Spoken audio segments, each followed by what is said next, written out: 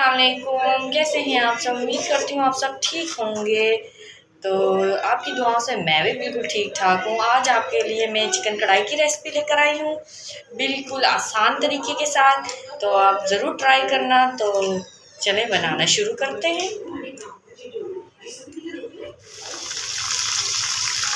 तो यहाँ पर ऑयल हो गया था गरम, तो इसमें मैंने अभी चिकन ऐड कर दिया है। तो इसे अच्छी तरह से मिक्स करेंगे।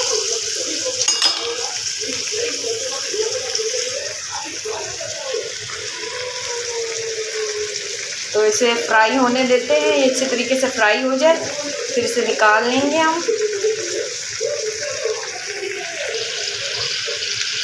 चिकन फ्राई हो रही है, इसे अच्छी तरीके से फ्राई करेंगे, फिर इसे निकाल लेंगे हम।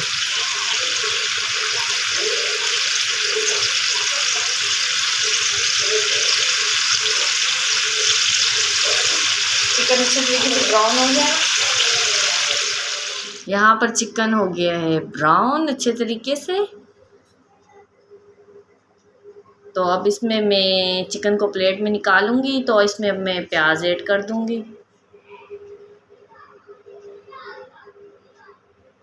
यहाँ पर मैंने चिकन निकाल लिया, तो अब प्याज ऐड कर रही हूँ। प्याज मैंने 1 अदद लिया है।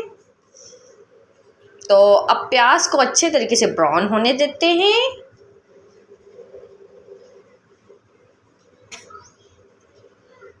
ये अच्छे तरीके से ब्राउन हो जाए, फिर लहसुन का पेस्ट ऐड कर दूंगी।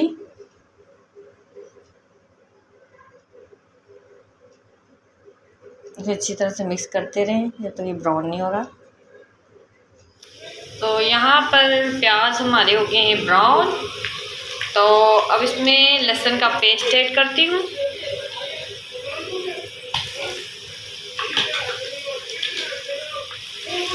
अब इसे भी अच्छी तरीके से इसके साथ ही ब्राउन कर लेंगे।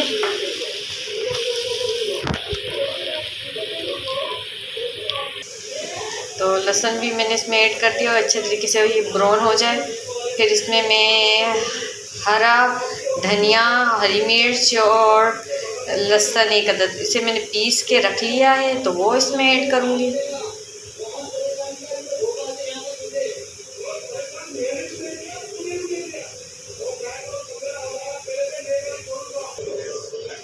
तो यहाँ पर ये ब्राउन हो गए हैं। अब हरा धनिया और 1 अदद इसके अंदर लहसुन हमने ऐड किया था, हरी मिर्च ऐड की थी, तो वो ग्राइंड करके हमने रख लिया था। तो 2 चम्मच इसमें ये ऐड कर दूँगी। अब अच्छी तरीके से भून लेंगे ताकि अच्छी तरीके से भून जाए। फिर इसमें मैं टमाटर ऐड कर दूँगी।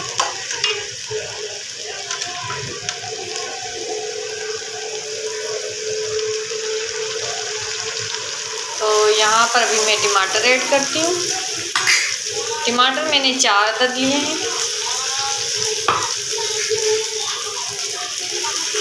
सब चीज़ों को अच्छी तरह से मिक्स कर लें।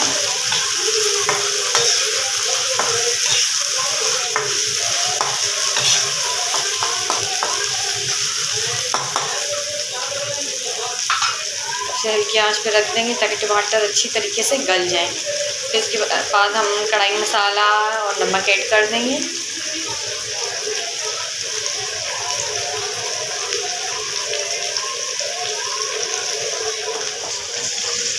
तो यहाँ पर टमाटर अच्छी तरीके से पिस चुके हैं।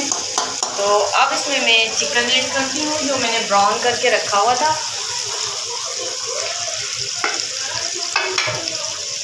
तो इसे अच्छी तरह से मिक्स कर लें। अब इसकी अच्छी तरीके से टमाटर में भुनाई करेंगे चिकन की, और साथ में मैं कढ़ाई मसाला भी ऐड कर दूँगी। तो अब इसे अच्छी तरह से मिक्स कर लें मसालों को।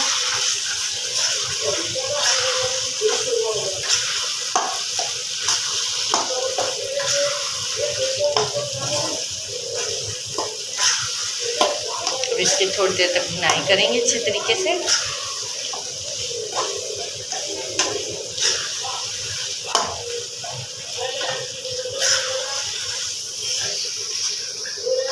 अच्छे तरीके से भुनाई हो रही है।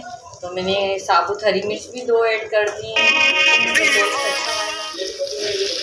तो यहाँ पर इसकी अच्छी तरीके से भुनाई हो रही है।